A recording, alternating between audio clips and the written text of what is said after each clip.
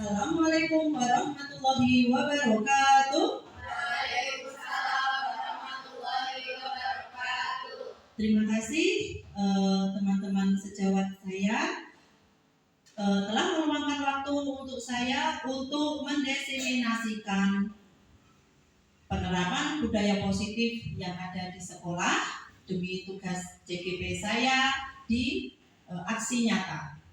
Sebelumnya saya minta maaf jika memang mengganggu waktu ibu-ibu semuanya.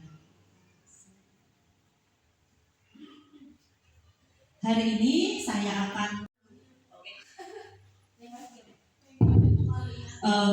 konsep inti budaya positif.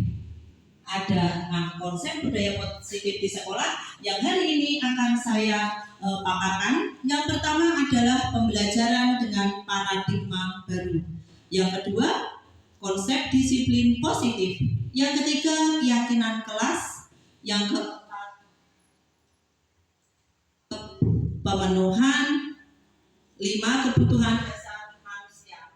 Yang kelima, posisi kontrol. Dan yang keenam, segitiga restitusi. Untuk pembelajaran dengan paradigma baru akan saya paparkan bahwa pembelajaran paradigma baru mencakup pemetaan standar kompetensi merdeka belajar dan asesmen kompetensi minimal, sehingga menjamin ruang yang lebih leluasa bagi pendidik untuk merumuskan rancangan pembelajaran dan asesmen sesuai dengan karakteristik kebutuhan peserta didik. Ada 5 profil pelajar Pancasila. Sudah kita hafal ya Bu. Yang pertama, beriman bertakwa kepada Tuhan Yang Maha Esa dan berakhlak mulia. Yang kedua, berkebinekaan global. Yang ketiga, bergotong royong. Yang keempat, kreatif. Yang kelima, bernalar kritis. Yang keenam adalah mandiri. Dalam mendidik peserta didik, kita terkadang ada miskonsepsi tentang teori kontrol. Apa itu teori kontrol? Apa itu miskonsepsinya? Nah, yang pertama, ilusi bahwa guru itu bisa mengontrol murid. Kita itu merasa bahwa kita itulah kaisar atau ratunya yang bisa mengontrol murid. Nah, itu tidak benar. Yang kedua, itu hanya ilusi saja kalau kita itu bisa, seorang guru bisa mengontrol murid. Yang kedua, ilusi bahwa semua penguatan positif afektif itu bermanfaat. Maksudnya apa? Pemberian hadiah, pemberian reward itu akan membuat hal-hal yang bersifat positif, padahal itu hanyalah ilusi. Yang ketiga, ilusi bahwa kritik dan membuat rasa bersalah itu mampu menguatkan karakter. Bahwa maksudnya apa? Bahwa dengan kita menjudge seorang murid, mengkritik seorang murid atau membuat rasa bersalah seseorang itu akan membangun atau menguatkan atau merubah seorang murid itu menjadi lebih baik. Itu juga ilusi, tidak benar. Nah, ilusi bahwa orang dewasa itu berhak memaksa. Maksudnya apa? Kita namanya guru pasti sudah dewasa ya, karena kita mendidik seorang anak. Nah, kita itu merasa pemenang, bisa menjudge atau berhak memaksa seorang anak untuk melakukan hal yang memang contohnya dilarang gitu. Kamu dilarang memakai sepatu di dalam kelas seperti itu. Itu kan hak saya kan orang dewasa di sini. Nah, itu hanyalah juga ilusi. Nah, ada stimulus respon dan ada stimulus respon dan teori kontrol. Stimulus respon, realitas kebutuhan kita itu sama. Bahwa kita berpikir kebutuhan kita itu sama. Saya seorang ibu, nah Miss Afin juga seorang ibu, sama kebutuhan. Dari pemikiran saya itu sama, kebutuhanku sama kebutuhan Miss Afin itu sama, karena sama-sama seorang ibu. Nah, juga murid, sama-sama murid, kita berpikir kebutuhan murid itu sama-sama sama butuh pendidikan. sama-sama butuh pelajaran. Nah, teori kontrolnya bahwa kebutuhan kita itu berbeda meskipun sama-sama seorang ibu, sama-sama seorang murid. Stimulus kontrol lagi, semua orang itu melihat hal yang sama. Contohnya, Miss Galuh melihat televisi, tapi dalam pikiran Miss Galuh, wah itu televisinya bisa buat nonton YouTube enggak ya? Nah, terus padahal sama-sama dilihat, Miss Kiki melihat, oh itu TV, kira-kira TV-nya itu bisa nyangkut WiFi enggak ya? Kan sama-sama melihat, tetapi itu pandangannya pasti pemikirannya beda-beda. Nah, teori kontrolnya setiap orang memiliki gambaran yang berbeda. Seperti itu stimulus respon dan teori kontrol. Stimulus respon lagi, kita mencoba mengubah orang agar berpandangan sama dengan kita. Contoh, siang-siang seperti ini saya pasti enak ya kalau teman-teman saya tak kasih es teh. Nah, ternyata Miss Afin itu tidak suka es teh. Siang-siang gini enaknya minum anget-anget, minum teh anget. Nah, itu saya tidak bisa mengubah orang bahwa pandangan saya dengan pandangan Miss Afin itu harus sama. Teori kontrolnya kita berusaha memahami pandangan orang lain tentang dunia yang berbeda. Oh, Miss Afin senangnya es teh walaupun panas-panas seperti ini. Nah, itulah teori kontrol. Perilaku buruk dilihat sebagai suatu kesalahan. Contoh ya, anak yang suka terlambat datang ke sekolah, wah ngejat itu kalau nggak orang tuanya yang males, anaknya itu yang males. Nah, seperti itu. Itu stimulus respon. Tapi kalau teori kontrol, semua perilaku memiliki tujuan. Oh, kenapa ya anak itu kok datangnya sering terlambat? Pasti ada tujuannya. Misal main bola di jam pelajaran yang bukan jam olahraga, dia main di luar. Saya melihat, wah itu kok anak itu kok nggak ada gurunya, kok sukanya main bola. Nah, pasti kalau stimulus respon seperti itu. Tapi teori kontrol, semua perilaku memiliki tujuan. Maksudnya, oh anak itu pasti memiliki tujuan kenapa dia main bola di jam yang bukan jam olahraga. Stimulus respon lagi, orang lain bisa mengontrol saya. Oh, saya disuruh-suruh sama kepala sekolah saya, seperti itu. Berarti orang lain bisa menyuruh saya. Atau Miss Ani bisa menyuruh saya. Saya bisa dikontrol oleh orang lain, tapi hanya Anda yang bisa mengontrol diri Anda sendiri. Saya bisa menolak perintah atau perintah ataupun suruhan dari Miss Ani atau kepala sekolah jika saya tahu atau saya bisa mencari alasannya kenapa saya menolak. Nah, bisa.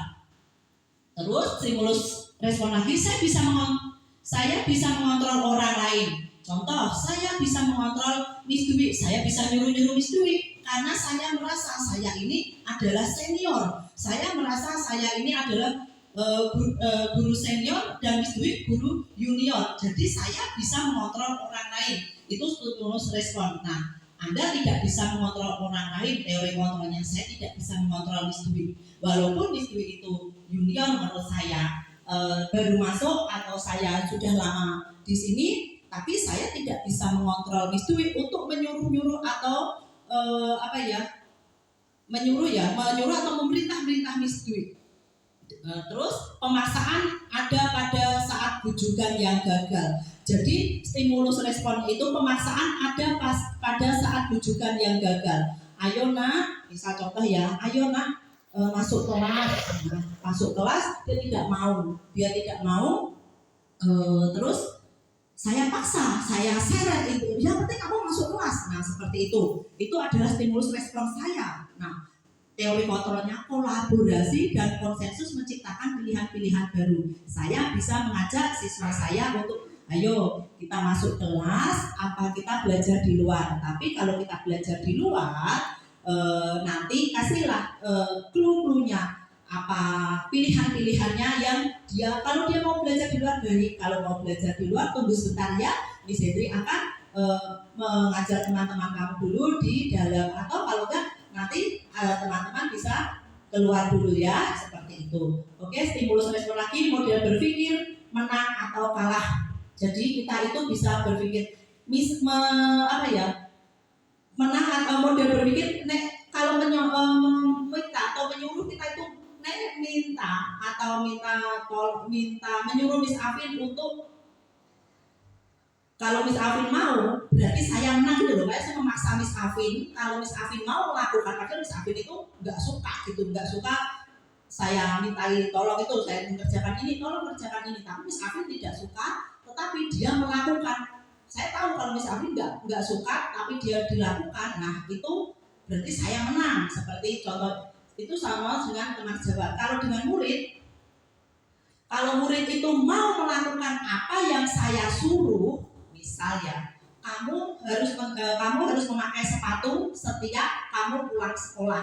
Maksudnya pulang sekolah itu kamu pakai sepatumu, jangan dipegang, ditenteng seperti itu. Nah, kalau anak saya melihat si A itu mau terus melakukan hal yang saya suruh, berarti saya menang. Itu juga salah. Model berpikir menang-menang. Jadi model berpikir untuk teori kontrol model berpikir itu jangan menang atau kalau dia melakukan berarti saya menang, dia kalah gitu ya. Kalau saya memaksa Miss Afin untuk melakukan itu, Miss Afin mau, saya menang, dia kalah, seperti itu. Nah, kita teori kontrolnya berpikir menang-menang, yaitu apa?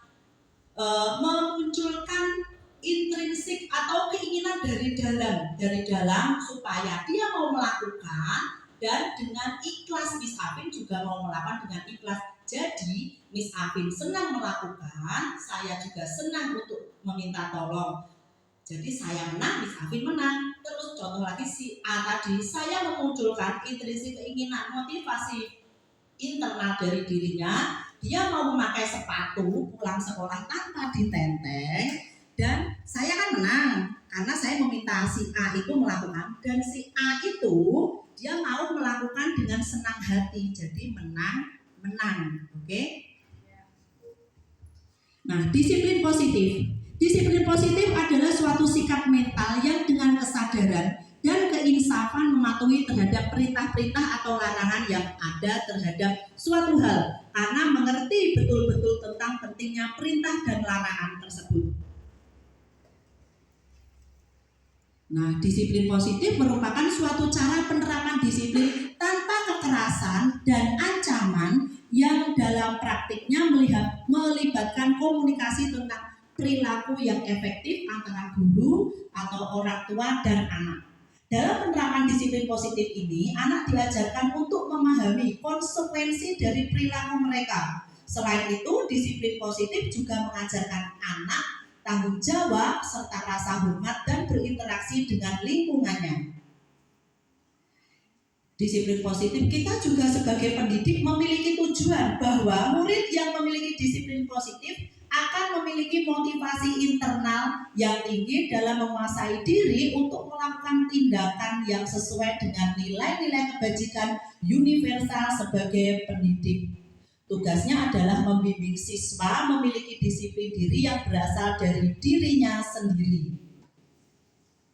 Segala sesuatu yang kita lakukan untuk mendapatkan apa yang kita inginkan, seluruh tindakan yang kita lakukan itu memiliki tujuan tertentu, dan semua usaha terbaik yang kita lakukan, apa yang kita lakukan adalah dalam rangka agar kebutuhan dasar kita terpenuhi dengan baik. Nah, kebutuhan dasar manusia itu ada berapa ya, dan apa saja? Berdasarkan teori kontrol menyatakan bahwa perilaku manusia itu memiliki tujuan dalam lingkup sekolah. Maka yang dimaksud perilaku siswa, terkadang kita tidak menyadari bahwa perilaku yang dilakukan pasti memiliki alasan dan tujuan. Contohnya tadi, ada anak bukan jam olahraga, dia main bola di luar. Kita jangan berpikir kalau anak itu iseng, cuma ngisi waktu. Nah, tapi anak itu pasti memiliki alasan dan tujuan. Tujuan anak itu apa toh? Tujuan anak itu mencari kesenangan. Seperti kita seorang ibu rumah tangga, kita ada me time ya, me time. Kita keluar sendiri, maksudnya kita keluar jalan-jalan sendiri untuk menyenangkan diri kita sendiri, jajan-jajan sendiri. Nah itu juga memiliki tujuan. Tujuannya apa?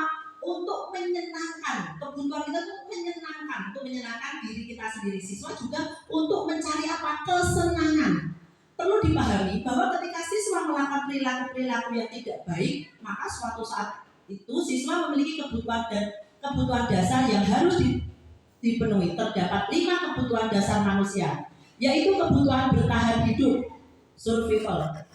Kedua, kebutuhan cinta dan kasih sayang, diterima atau penerimaan. Kebutuhan penguasaan atau pengakuan. Nah, siswa itu kita juga kadang perlu validasi kan, butuh pengakuan juga kan. Siswa juga kadang ada anak yang caper ya, maksudnya saya terus saya. Nah, kebutuhan cinta dan kasih sayang juga kadang ingin diterima dengan lingkungannya, dengan ibaratnya apa ya, gengnya, bestinya gitu ya. Dia sama-sama punya gender yang sama, punya kaos kaki warna yang sama. Terus yang keempat, kebutuhan kebebasan, kebutuhan dan pilihan. Nah, kebutuhan akan kesenangan. Nah, biasanya anak-anak yang agak-agak nyeleneh,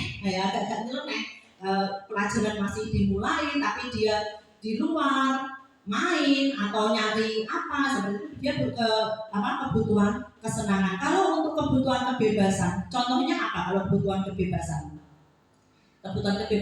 untuk siswa itu contohnya apa? Biasanya anak itu membangkang ya.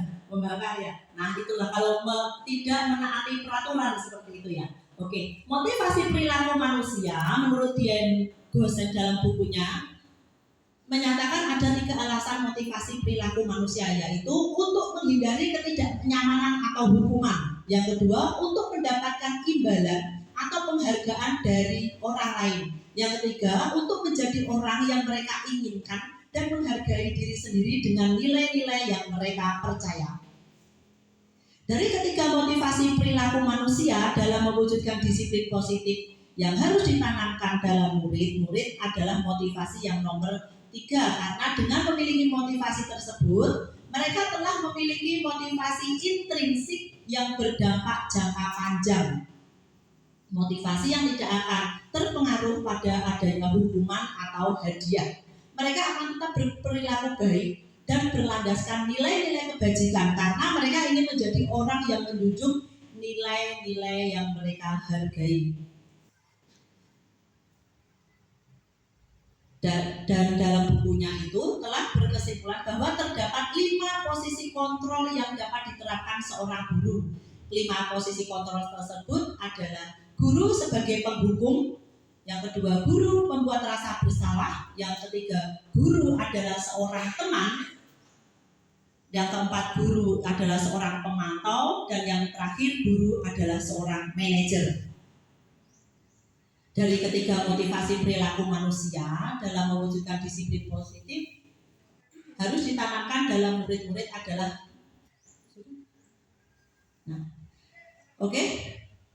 guru seorang penghukum bisa menggunakan hukuman fisik maupun verbal. Yang contohnya ya ini, kalau guru seorang penghukum, kira-kira kita pernah nggak ya melakukan hal ini?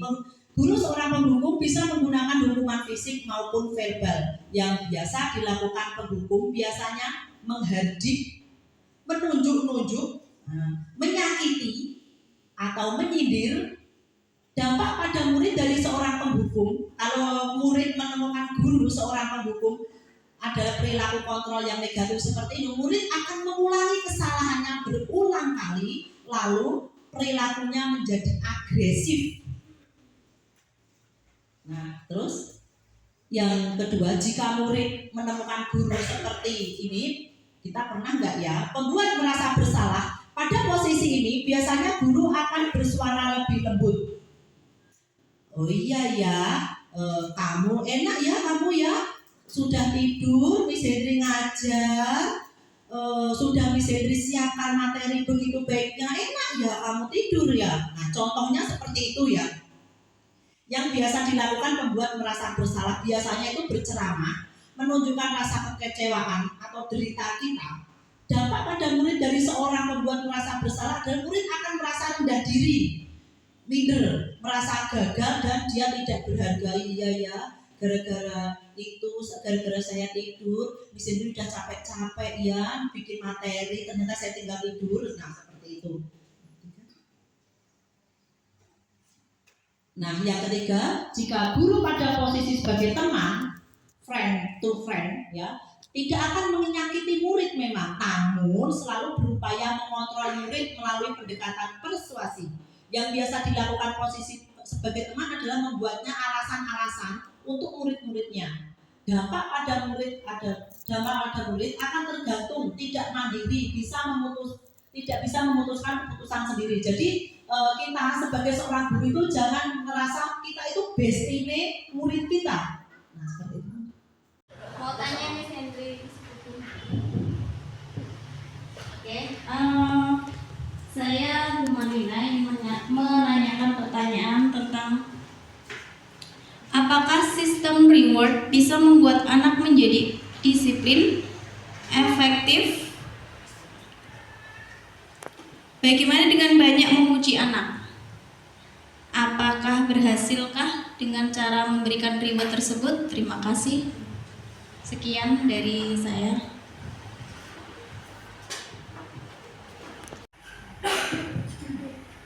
Terima kasih Miss Lina sudah menanyakan hal yang menarik menurut saya. Saya ulang, apakah sistem reward bisa membuat anak menjadi disiplin? Apakah efektif? Kalau reward seperti itu tidak efektif, bagaimana dengan banyak memuji anak? Bisa berhasilkah kita menerapkan disiplin positif? Seperti itu ya? Oke, saya akan menjawab. Bintang atau stiker atau reward atau apapun itu adalah alat kontrol, di mana sama dengan hukuman. Walau menyenangkan untuk anak itu, memang menyenangkan membuat anak itu bahagia, tapi itu tidak efektif, tidak disiplin, atau kita menerapkan disiplin positifnya itu akan gagal. Disiplin kita yang kita butuhkan itu kan disiplin positif jangka panjang, tidak disiplin positif yang hari itu disiplin memang manut gitu, tapi tidak bersifat lama, tapi sementara. Reward efisien itu mengubah perilaku dalam jangka pendek saja, tapi anak tidak terlatih atau motivasinya dari internalnya itu tidak ada, karena reward itu bersifat eksternal. Perilaku yang dilakukan karena itu ada hadiah atau ada keinginan, bukan suatu tanggung jawab. Nah, memuji anak juga sama.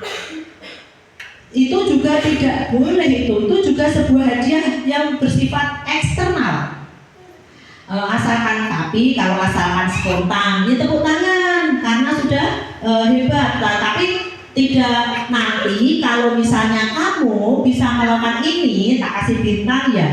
Nanti kalau kamu bisa mau maju, nanti tak kasih ini ya, itu tidak boleh. Tapi kalau misalnya kita memberi, ayo Angga maju nyanyi, nah dia nyanyi, kemudian kita ayo tepuk tangan untuk Angga. Nah seperti itu, otomatis teman-temannya akan termotivasi. Wah iya, tepuk tangannya ternyata seneng ya. Nah terus Angga juga akan sama, wah ternyata enak ya, besok aku mau maju lagi. Nah seperti itu, tanpa kita harus bilang nanti kalau kamu maju nanti dikasih bintang ya, nanti kalau kamu maju akan Galuh kasih stiker ya. Nah seperti itu. Jadi tujuannya itu mengekspresikan saja. Nah bukan untuk reward gitu, bukan untuk memanipulasi atau mengontrol. Memberi dukungan dan hadiah untuk anak itu tidak dijanjikan di awal kita anak itu untuk melakukan suatu kegiatan ya, seperti yang saya contohkan, atau diiming-imingi, istilahnya diiming-imingi. Nanti kalau kamu mau mengerjakan BPO dengan rapi, nanti tak kasih beng-beng ya. Nah seperti itu, berarti dia mengerjakan BPO itu bukan karena tanggung jawabnya, tapi karena apa? Beng-bengnya. Nah seperti itu, tidak menjadi alat tawar. Ternyata beng-bengnya tidak ada, kita wah ini buat besok ya, gurunya nyari beng-beng, ternyata beng-bengnya tidak ada, otomatis yang pusing siapa? Ya gurunya. Seperti itu. Untuk pertanyaan yang kedua saya buka, siapa yang ingin bertanya kembali? Oke, terima kasih.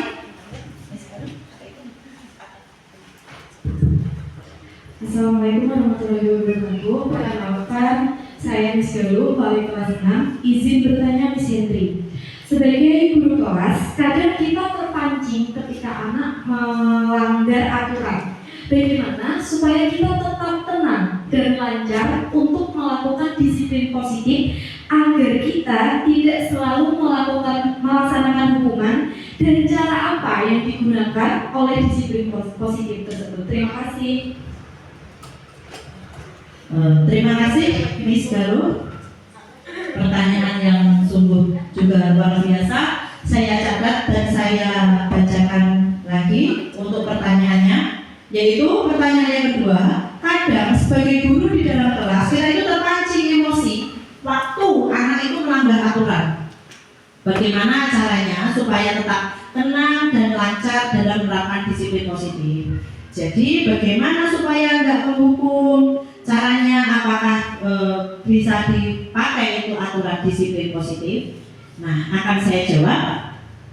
Kalau kita terpancing emosi, berarti kita itu merespon. Nah, merespon. Kalau merespon itu biasanya itu kan kebutuhan kita, tapi tidak kebutuhan anak. Biasanya karena punya perasaan negatif, yaitu emosi. Misalnya memiliki atau memberikan label negatif kepada anak. Ya, sengaja ya kamu melakukan itu. Kamu kok tidur di kelas sengaja ya? Kamu itu meremehkan saya ya, meremehkan Miss Galuh ya, seperti itu. Terus melabeli nakal. Nah, seperti itu ya. Itu adalah asumsi kita, emosi kita yang bersifat negatif. Terus atau kita bisa, wah orang tuanya ini pasti nggak ada waktu ini ngurusi anaknya sampai anaknya tidur di dalam kelas. Kita juga mungkin berpikir untuk negatif ke arah orang tuanya. Terus nggak ada waktu ini anaknya, ibunya seperti itu atau bapaknya. Nah, caranya tenangkan diri dulu. Kita harus menenangkan diri dulu sebelum kita itu memproses disiplin positif. Penting diingat bahwa setiap perilaku pasti yang tadi ya, setiap perilaku baik itu kita rasa itu negatif, itu pasti anak ada tujuannya. Kita kembali ke situ. Nah, terus niatnya apa? Kita harus cari tahu itu. Perilaku anak untuk memenuhi kebutuhannya, bukan untuk bikin kita sebagai gurunya itu emosi. Nah, main bola di dalam kelas itu pasti anak punya tujuan. Tujuannya apa tadi? Kesenangan. Gak ada anak itu merasa aku main bola di kelas tujuanku supaya Miss Galuh emosi. Gak mungkin. Nah, seperti itu. Aku tidur di kelas kebutuhanku apa? Yaitu apa tadi? Kayak masuknya ke kebutuhan ya, kebutuhan ya, survival. Kebutuhan dia istirahat. Tidak mungkin dia memenuhi kebutuhannya yaitu untuk istirahat. Tidak mungkin dia aku tidur di kelas supaya aku itu Miss Galuh biar emosi. Tidak ada seperti itu, pasti tidak ada. Nah, disiplin positif itu menyepakati apa yang menjadi tujuan bersama, nilai apa yang dipercaya untuk dijaga, serta peran anak dan orang tua. Nah, kesepakatan bersama yang dilakukan sejak awal keyakinan kelas itu dikomunikasikan dengan baik. Sepakati juga konsekuensinya apa yang akan dilakukan jika anak itu melanggar atau melanggar keyakinan kelasnya itu. Kalau sudah disepakati bersama, saat anak melanggar pasti anak itu akan belajar dari kesalahannya dan dia menemukan solusi dari apa yang telah dia lakukan. Kesepakatan bersama itu perlu dinyatakan dengan positif dan melibatkan anak dalam prosesnya. Jadi setiap kesepakatan kelas itu anak itu harus dilibatkan. Jangan kita sebagai guru langsung tulis misalnya disiplin jujur. Nah, anak itu tidak tahu itu maksudnya apa, tapi anak itu diberikan rangsangan-rangsangan supaya keluar kata-kata, keluar pemikiran-pemikiran untuk menghargai, menyayangi, menghormati, disiplin, jujur, dan lain-lain. Untuk merestitusi, itu yang pertama adalah menstabilkan identitas. Bagaimana cara menstabilkan identitas? Kita panggil anak tersebut yang menggebrak meja, kemudian kita tanya, tadi kenapa kamu kok menggebrak meja, alasannya kan seperti itu. Otomatis dia akan bilang kalau tadi ulangan saya dicontek sama si B, seperti itu. Nah, kita sebagai guru, kita juga harus larut atau ikut dalam permasalahan itu. Oh ya, otomatis aku marah dong, Miss, kalau misalnya kerjaan saya dicontek, kan seperti itu. Nah, kita sebagai guru menstabilkan identitas. Iya, saya akan seperti itu. Miss Hendri akan juga seperti itu kok. Akan marah juga, kesel kalau kerjaan Miss Hendri dicontek sama teman Miss Hendri. Nah, seperti itu. Kemudian setelah menstabilkan identitas, kita akan memvalidasi tindakan. Nah, dengan validasi tindakan, kita bertanya kepada anak tersebut. Nah, kalau kamu menggebrak meja tadi, itu tindakan kamu benar apa salah? Pasti dia akan menjawab salah, Miss. Nah, kalau salah, bagaimana kalau kita memperbaiki? Iya. Nah, terus yang terakhir menanyakan keyakinan. Kalau menggebrak meja tadi, marah-marah seperti itu, berarti ada nggak keyakinan kelas kita yang sudah kamu langgar? Ada, Miss. Apa contohnya keyakinan yang kita langgar? Menyayangi, Miss. Nah, seperti itu. Menghormati, Miss. Nah, seperti itu. Jadi kita menanyakan keyakinan kelas yang sudah kita sepakati.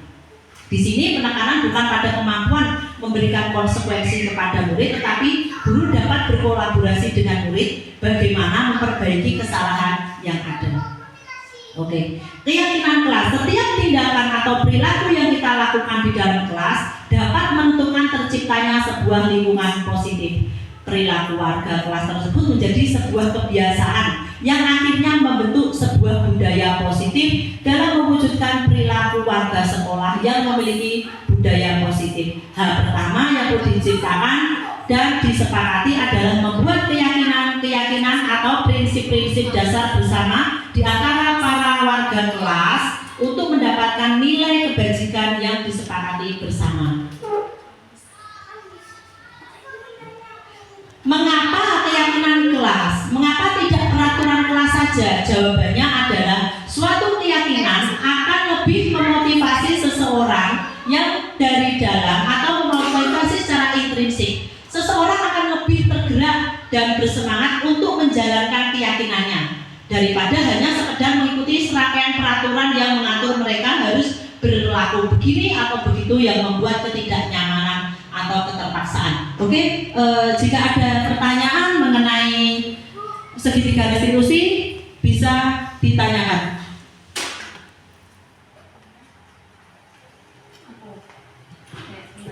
Oke, Miss Lina. Oh iya, Miss Monik.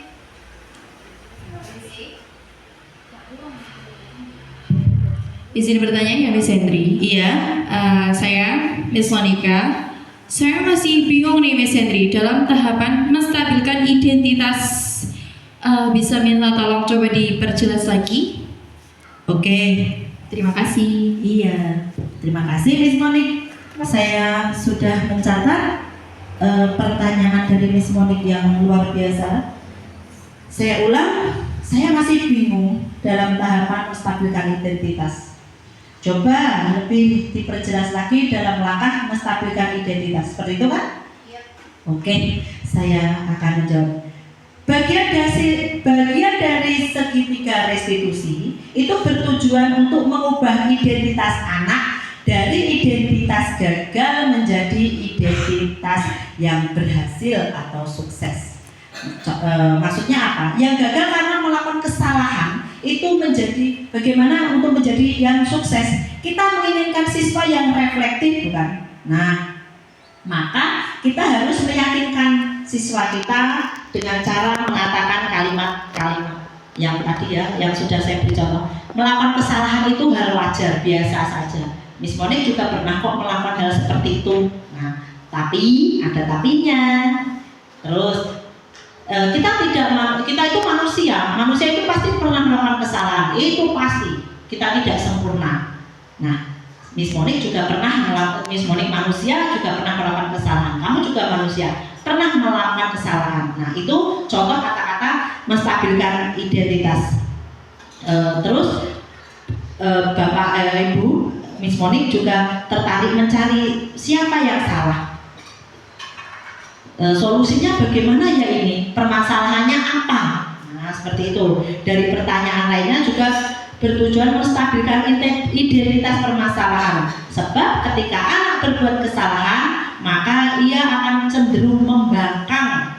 Sehingga perlu distabilkan dengan kalimat-kalimat positif agar tergugah kembali untuk melakukan refleksi diri atas kesalahannya. Jadi kalau misalnya tadi anak yang gebrak meja, langsung kita marahin, kamu sih gebrak meja, enak aja kayak gitu. Nah, tapi kalau misalnya kita, iya, Miss Galuh juga Miss Galuh akan sama kok, akan marah juga kalau seperti itu. Iya, kita itu manusia biasa, pasti kita punya emosi. Nah, Miss Monik, Miss Galuh juga pernah emosi seperti itu. Kamu juga kan, emosi juga kan, seperti itu. Menstabilkan identitas. Ya. Yang keempat, guru seorang pemantau. Pada posisi ini biasanya guru selalu mengawasi atau memantau muridnya yang berpatokan pada catatan atau kesepakatan yang sudah disetujui. Jadi guru itu kan sudah punya catatan atau anekdot tentang mungkin kesalahan-kesalahan atau pelanggaran-pelanggaran. Nah, itu dieleke. Ini lo sudah 3 kali kamu melakukan ini. Kamu sudah melanggar 2 kali, kamu sudah melanggar 4 kali. Nah, itu guru sebagai pemantau. Apakah kita seperti itu? Nah, kita cek ya. Sebagai pemantau, menghitung, mengukur kedisiplinan murid. Kemarin aja tidak dimasukkan bajunya, sekarang lagi. Nah, seperti itu. Dampak bagi murid dari posisi kontrol jika kita seorang pemantau itu menitik beratkan pada dampak pada diri sendiri, yaitu ingin mendapatkan hadiah. Aku mau melakukan itu jika aku dapat reward, dapat hadiah. Atau nanti kalau aku tidak melakukan itu, pasti aku dapat hukuman. Nah, yang terakhir, kita posisi kontrol kita adalah seorang manajer. Seorang manajer itu memiliki keterampilan di posisi teman maupun pemantau, dan dengan demikian bisa jadi di waktu-waktu tertentu kembali pada kedua posisi tersebut bila diperlukan. Guru pada posisi ini biasanya posisi di mana guru berbuat sesuatu bersama murid, mempersilahkan murid mempertanggungjawabkan perilakunya, mendukung murid agar dapat menemukan solusi atas permasalahannya. Kalau contohnya ya, jika ada murid yang melanggar tata tertib, nah kita akan mengembalikan, kamu kenapa? Cari tahu alasannya, terus solusinya bagaimana. Nah, tapi sebelumnya kita harus menyadarkan dulu. Yang dilakukan kepada guru seperti ini, posisi manajer biasanya mengajukan pertanyaan-pertanyaan terkait nilai-nilai kebajikan yang telah diyakininya, atau pertanyaan yang berkaitan dengan solusi yang ditempuh berkaitan dengan pelanggaran tata tertib. Dari kelima posisi kontrol tadi, apabila kita menginginkan murid-murid kita ke depannya menjadi manusia yang merdeka, mandiri, dan bertanggung jawab, dan tumbuh motivasi intrinsik dalam diri mereka, maka kita perlu menerapkan restitusi yang dapat mengarahkan dan menjadikan murid kita seorang manajer bagi dirinya sendiri. Di dalam posisi kontrol manajer, murid oleh guru diajak mengevaluasi diri, bagaimana menjadi diri yang lebih baik, menganalisis kebutuhan dirinya, dan menganalisis kebutuhan orang lain. Di sini penekanannya bukan pada kemampuan memberikan konsekuensi kepada murid, tetapi guru dapat berkolaborasi dengan murid bagaimana memperbaiki kesalahan yang ada. Nah, contohnya seperti ini. Contoh kita untuk merestitusi suatu kejadian. Contoh, ada kasus anak yang menggebrak meja, memukul meja karena jawaban dia dicontek temannya. Nah, otomatis itu kalau menggebrak meja dan itu suatu tindakan yang sedikit kekerasan ya. Nah, seperti itu. Nah, kita panggil yang menggebrak meja. Contohnya kita akan tanya, untuk terima kasih teman-teman saya semua yang saya sayangi, sudah kita belajar bersama, kita menerapkan disiplin positif yang ada di sekolah supaya kita menjadi guru yang lebih baik lagi, menjadi seorang manajer, supaya anak-anak kita menjadi anak generasi yang merdeka. Wassalamualaikum warahmatullahi wabarakatuh.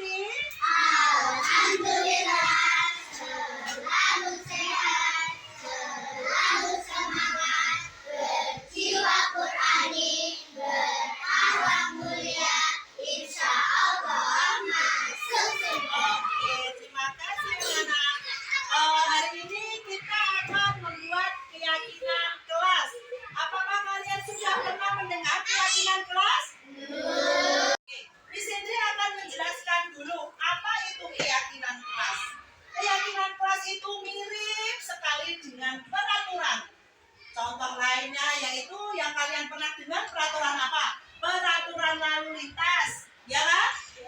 Peraturan yang ada di sekolah. Tapi kita akan membuat keyakinan. Kenapa dalam bentuk keyakinan? Karena kalian akan meyakini apa yang ada di dalam diri, kemudian kalian akan berusaha untuk melaksanakan keyakinan itu. Kalau peraturan kan bisa saja kalian itu ya karena adanya aturan itu, tapi kalau yang namanya keyakinan pasti kalian akan menjalani dan melaksanakan apa yang sudah kamu yakini, yaitu dari dalam hati kalian, dalam diri kalian. Contohnya apa sih, Miss? Perbedaan keyakinan dan peraturan, kita akan membentuk atau membuat suatu kesepakatan, ya, di mana kesepakatan itu antara Miss Hendri, Miss Suci atau Miss dan Miss Tri yang ada di sini dengan kalian, ya, dengan siswa. Nah, dengan teman kamu, dengan keyakinanmu, dengan teman-temanmu. Jadi kamu membuat suatu keyakinan kalian masing-masing. Nah, kesepakatan itu nanti harus kalian laksanakan yang ada dari dalam hati. Kata-kata dari keyakinan atau kesepakatan yang akan kita buat itu dilarang, tidak boleh menggunakan kata jangan. Misalnya, jangan menyontek. Itu peraturan, tidak boleh kata jangan atau dilarang menyontek, tapi diganti dengan kalimat-kalimat pembajikan. Contoh, mencontek itu kan tidak jujur, ya kan? Menyontek itu tidak jujur, maka kalian mengganti dengan kata kejujuran. Nah, terus kalian misal tidak boleh berkelahi dengan temannya, kata-kata tidak boleh itu diganti menjadi kalimat saling. Kalau berkelahi itu apa? Saling sayang nggak? Nah, kalian ganti saling menyayangi sesama teman, seperti itu. Contoh lagi, tidak boleh datang terlambat sekolah. Nah, tidak boleh datang terlambat sekolah. Kata itu juga jangan memakai tidak boleh. Tetapi kalau berangkat sekolah tepat waktu, itu bisa dikatakan apa? Disiplin waktu. Nah, seperti itu. Apakah kalian sudah paham? Sudah. Oke. Nanti Miss Hendri akan memberikan masing-masing anak itu satu kertas. Kalian masing-masing anak Miss Hendri berikan satu kertas, tulis satu anak satu keyakinan. Kalian paham?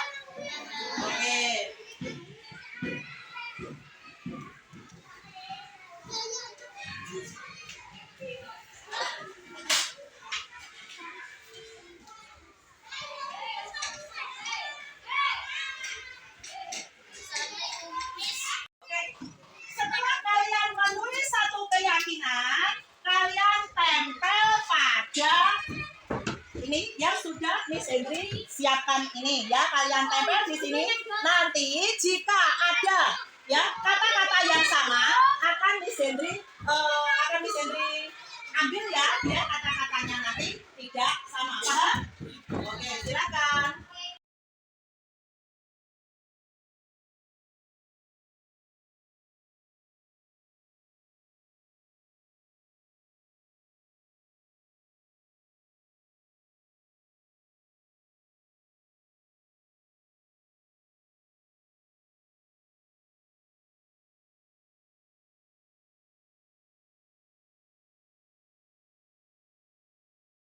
Oke, sudah keyakinan kelas kita. Terima kasih sudah kalian tempelkan. Tetapi ada beberapa nanti yang akan Miss Hendri skip atau Miss Hendri ambil karena jika ada kata-kata yang sama. Oke, ini masuk sekolah tepat waktu, menjaga kebersihan, saling menyayangi sesama teman, menghargai, bekerja sama, jujur, disiplin, saling menghormati, disiplin lagi, dilarang menyontek teman, disiplin, semangat, saling menyayangi, saling menyayangi. Oke, ada kata-kata yang sama apa bisa diambil ya? Oke, saling menyayangi, ya ini, iya. Oke, ini.